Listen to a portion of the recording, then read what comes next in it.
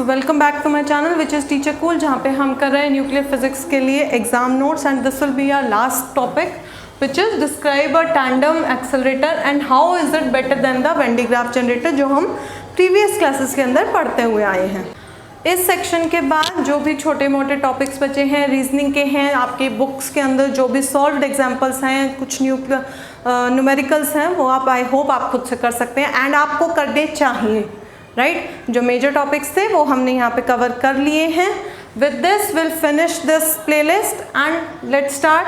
So the question says define और describe a tandem accelerator. Accelerator means जो मेरे ions को जो है एक्सेलरेट करेगा for bombarding them over some particular target and उससे हमारे रिक्वायर्ड रिजल्ट्स लेने के लिए। So tandem accelerator is basically this arrangement, जिसके अंदर हमारे पास क्या होगा, इंसुलेटिंग कॉलम्स होंगे which is maintained at ground potentials, right. उसके बाद हमारे पास एक सोर्स ऑफ आयन रहेगा। कैसे क्या क्या डिटेलिंग होगी, will do it in detail later. उसके बाद हमारे पास C1 and C2, C1 and C2 are मतलब आयंस को कन्वर्ट करने वाले कॉलम्स रहेंगे। Also will have analysing magnets both M1 and M2, जो हमें सेपरेट आउट करके देंगे बीम्स को, अलग अलग चार्ज पार्टिकल्स को। Then we have a charging belt and we have insulating columns, right. So let's see होगा क्या। Will start from this point which is the source of ions. Now source of ions हमें क्या देंगे, एक beam of protons देंगे which are positively charge. Positively charge है। अब positive जो चार्जेस होते हैं they have a very high mass, जिनको एक्सेलरेट करना is not that easy. So will have to convert them to negative ions which is electrons. So हमारे पास यहाँ पे आएगा C1 which is electron adding column. वो क्या करेगा, पॉजिटिव आयंस को it will convert to negative. How, हर एक प्रोटॉन का चार्ज क्या होता है, इट इज +E। तो अगर मुझे इसे नेगेटिव में कन्वर्ट करना है तो I will have to add 2 electrons. Why? Because one will get neutralized and the second one give me the resulting charge. So I'll say for singly ionized positive ion 2 electrons are added and this negative beam का जो portion होता है it is a very small portion. Then इसके आगे हम लगाते हैं analyzing magnet M1. Analyzing magnet, what it will do is it will separate the neutral and negative charged ions. यहाँ पे एक न्यूट्रल और एक नेगेटिव बन रहा है, ये उन दोनों को सेपरेट करेगा। नेगेटिव वाले को it will accelerate up till hair, जहाँ पे T एक कॉलम है which is maintained at a very high potential. High positive potential है तो इलेक्ट्रॉन्स को अपनी तरफ क्या करेगा, अट्रैक्ट करेगा।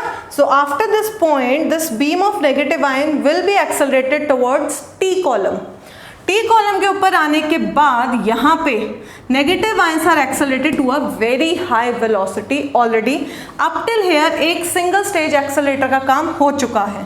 Then what will happen is, इसके बाद since this is at ground potential, इसके बाद एक और हमारे पास क्या आएगा, एनालाइजिंग मैग्नेट में जाने से पहले एक C2 जो है, C2 एक और कॉलम है which is known as stripping column. हमने स्ट्रिपिंग रिएक्शंस, न्यूक्लियर रिएक्शन के टाइप्स ऑफ रिएक्शंस के टॉपिक के अंदर करी थी। अगर आपको और डिटेल में आइडिया लेना है तो आप उस वीडियो के ऊपर दोबारा जा सकते हैं, राइट। इसी प्लेलिस्ट के अंदर ये ऐड करी गई है। C2 is my striping column, जो एक गैस को एट लो प्रेशर पे उसने कंटेन कर रखा है। वो क्या करेगा, ईच आयन के अंदर से 2 इलेक्ट्रॉन को निकाल देगा। नेगेटिव आयन को हमने एक्सेलरेट कर दिया, दोबारा से अब यहाँ पे क्या होगा, पॉजिटिव में कन्वर्ट हो जाएगा।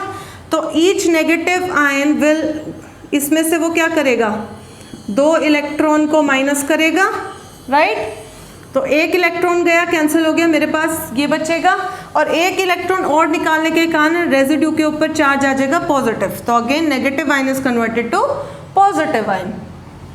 उसके बाद it is again accelerated to this point due to repulsion from this positive charge potential. यहाँ तक उसे अट्रैक्ट करना था, अब इसे यहाँ से पॉजिटिव आयन बीम को जो है रिपेल करेगा and it will again accelerate passing through the analysing magnet which is brought back to the ground potential. And यहाँ पे हमारा स्विचिंग मैग्नेट है जो इसको लाके सीधा टारगेट के ऊपर बम्बार्ड कराएगा, right. At this point we say the protons are accelerated to a point which is almost double which is obtained in a single stage accelerator which is Van de Graaff generator. हमने अभी तक single stage करा था. This is basically tandem is a two stage accelerator, इसीलिए it is a better version. So this is what happens. This is the complete explanation, arrangement and working, right. Paper में अब आप जब इसको लिखेंगे तो जो चीज़ें मैंने यहाँ पे अरेंजमेंट में बनाई हैं वो आपको एज इट इज़ लिखती हैं. ये जितनी भी चीज़ें डिटेल्स जो है एक्स्ट्रा में बताई गई हैं, इससे आप प्रॉपर आंसर बना के उसके थ्योरेटिकल पार्ट में लिखेंगे जो आपका आंसर की लेंथ को कॉन्स्टिट्यूट करेगा. उसके बाद the next part of the question is how is it better than Van de Graaff generator. सबसे पहली चीज़ तो सीधा ही आगे कि it is a Van de Graaff generator single stage accelerator है. Tandem is modified to a two stage accelerator, ठीक है.